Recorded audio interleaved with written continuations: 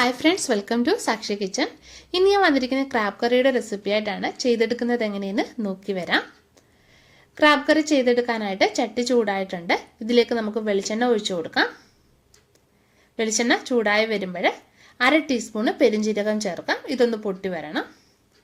ഇനി ഇതിലേക്ക് ഒരു ചെറിയ കഷ്ണം ഇഞ്ചി ചതച്ചതും പിന്നെ 5-6 വെളുത്തുള്ളിയുടെ അല്ലി ചതച്ചതും കൂടി ചേർത്ത് കൊടുക്കാം. കുറച്ച് കറിവേപ്പില. ഇഞ്ചിയും വെളുത്തുള്ളിയും ഒന്ന് നല്ലോണം മൂത്ത് വരണം.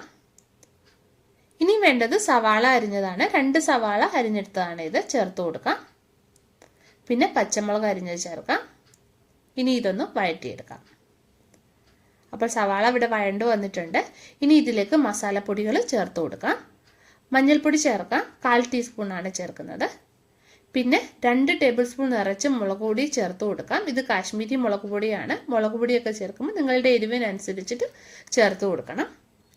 പിന്നെ 1 ടേബിൾ സ്പൂൺ മല്ലിപ്പൊടി, 1/2 ടീസ്പൂണ് കുരുമുളക് പൊടി, 1 നുള്ളു ഉലുവാപ്പൊടി കൂടെ ചേർക്കുന്നുണ്ട്.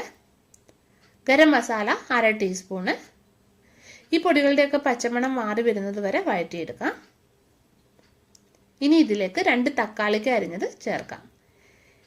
ഈ തക്കാളി നല്ലോണം വെന്തുടഞ്ഞ് കിട്ടണം. ഇനി ഇത് വഴറ്റിയെടുക്കാം. ഇത് വഴണ്ട് എണ്ണയൊക്കെ തെളിഞ്ഞു വന്നിട്ടുണ്ട്. ഈ സമയത്ത് ഇതിലേക്ക് ക്രാബ് കഴുകി വൃത്തിയാക്കി എടുത്തതാണിത്. 3/4 കിലോയോളം എടുത്തിട്ടുണ്ട്. ഇത് ചേർത്ത് കൊടുക്കാം. ഒന്ന് ഇളക്കി കൊടുക്കാം. ഇനി ഇതിലേക്ക് നിങ്ങൾക്ക് ഗ്രേവിക്ക് ആവശ്യമായിട്ടുള്ള വെള്ളം ഒഴിച്ചു കൊടുക്കണം.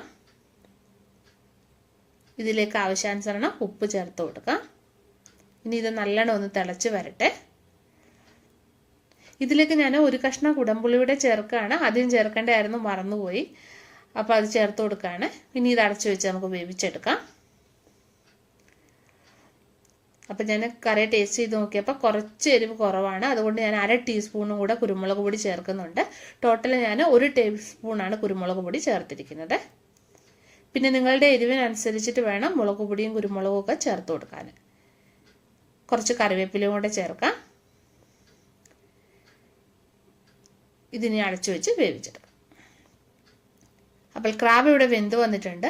ഇനി ഇതിൻ്റെ ഫ്ലെയിം നമുക്ക് ഓഫ് ചെയ്യാം. അപ്പോൾ കറി തയ്യാറാക്കി എടുത്തിട്ടുണ്ട്. നല്ല ടേസ്റ്റി റെസിപ്പിയാണ്. ഇതുപോലെ ഒന്ന് ചെയ്ത് നോക്കുക. പിന്നെ വീഡിയോ ഇഷ്ടപ്പെടുകയാണെങ്കിൽ ലൈക്ക് ചെയ്യാനും ഷെയർ ചെയ്യാനും മറക്കല്ലേ. അപ്പോൾ നമുക്ക് വീണ്ടും മറ്റൊരു നല്ല റെസിപ്പിയുമായിട്ട് കാണാം.